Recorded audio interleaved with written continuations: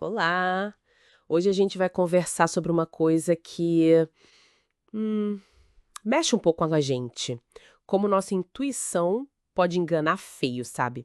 Principalmente quando o acaso tá na jogada. A gente vê padrão onde não tem nada. Exatamente. E para explorar isso, a gente mergulhou em O Andar do Bêbado, do Leonard Mlodinow. É um livro, assim, fascinante sobre como a aleatoriedade guia a nossa vida muito mais do que a gente imagina. Muito mais mesmo. Desde coisas pequenas, decisões pessoais, até, sei lá, grandes eventos, negócios, política. Isso, o livro basicamente desmonta um pouco essa nossa percepção de sucesso e fracasso, né? É, mostra como nossos julgamentos muitas vezes falham porque a gente simplesmente não entende o papel do acaso. Vamos dar uma olhada nos pontos altos aqui para instigar mesmo a leitura completa? Boa. Um ponto central é essa nossa mania, quase uma necessidade de buscar causa para tudo. A gente ignora o poder do aleatório. Isso fica muito claro, por exemplo, quando a gente fala de CEOs. Ah, sim. Aquela coisa de endeusar ou culpar o CEO pelo resultado da empresa. Exato. Um Lodino cita exemplos tipo Gary Wendt na Conseco ou a Sherry Lansing na Paramount. O sucesso ou fracasso deles foi super atribuído a eles, mas e os fatores externos? E a sorte, pura e simples? Isso é muitas vezes deixado de lado. E não é só no mundo corporativo, né? Tem um impacto na vida pessoal que é. Nossa, o livro traz a história do pai do autor que é muito forte. Fortíssima. Sobrevivente de campo de concentração nazista.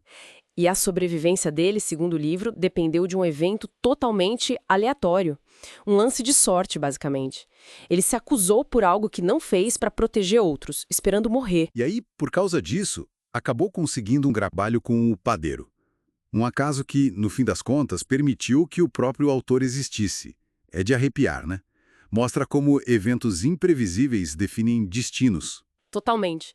Mas o interessante é que essa nossa dificuldade em aceitar o acaso parece ser antiga. Sim, o livro vai buscar isso lá atrás. Os gregos antigos, por exemplo. Gênios da matemática, mas... Cadê a teoria da probabilidade? Pois é. Por quê? Talvez acreditassem mais na vontade dos deuses ou tivesse uma desconfiança filosófica com argumentos que não fossem pura lógica determinística, sabe? O livro traça essa evolução, menciona figuras como o Cardano. Aquele matemático e jogador do século XVI? E esse mesmo. As primeiras tentativas de analisar racionalmente as chances em jogos, por exemplo, foi um começo ali para entender o acaso de forma mais matemática. E o mais doido é que o livro mostra que não são só os antigos. Até especialistas, gente renomada, erra feio por não sacar a aleatoriedade. Totalmente. Pensa nas editoras que recusaram o Diário de Anne Frank ou A Revolução dos Bichos. Nossa, sério? Não sabia disso. Sim, ou um exemplo clássico que o livro explora, o problema de Montreal, aquele das três portas, lembra? Lembro. Aquele que confunde todo mundo, até matemáticos, né? Que você tem que trocar de porta para ter mais chance. Exatamente. É super contraintuitivo, mas mostra como nossa intuição sobre probabilidade pode ser bem enganosa.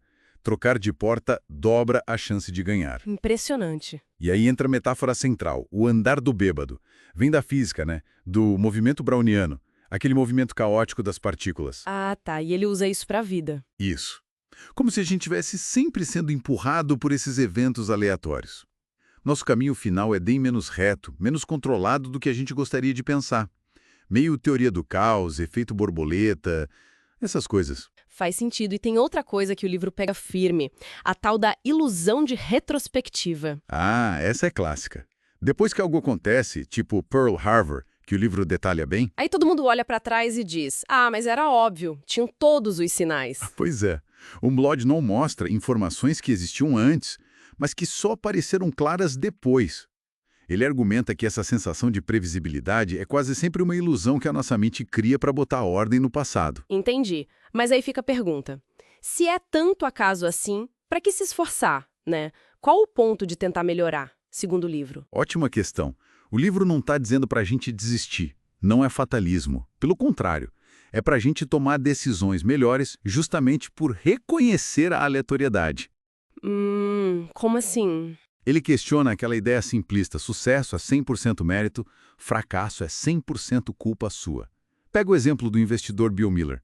Superou o mercado por 15 anos seguidos, Incrível, né? 15 anos, uau!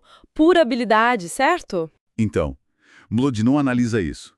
Considerando quantos gestores existem, era estatisticamente provável que alguém, por pura sorte, tivesse uma sequência assim. Não tira o mérito do Miller, claro, ele provavelmente tinha habilidade. Mas a sorte teve um papel.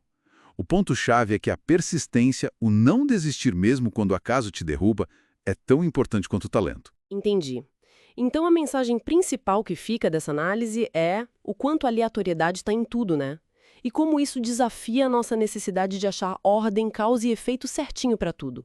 O sucesso acaba sendo uma mistura complexa. É uma mistura de habilidade, sorte e talvez, principalmente, essa capacidade de continuar tentando apesar dos tropeços aleatórios do caminho. O andar do bêbado parece um convite à humildade, então. Humildade intelectual. Exato. Aceitar o acaso não é se entregar, é ter uma visão mais realista do mundo, sabe? Calibrar melhor nossas expectativas, nossos julgamentos sobre a gente mesmo e sobre os outros. É uma ferramenta para navegar na incerteza. Fica então a reflexão final. Quanto do que a gente chama de destino, ou genialidade, ou até erro absurdo, não é na verdade só o resultado desse caminho tortuoso e imprevisível, como de um bêbado tentando voltar para casa? Exatamente. O livro dá muitas histórias e conceitos para a gente pensar nisso. Sem dúvida, parece uma leitura que abre a cabeça. Vale a pena conferir.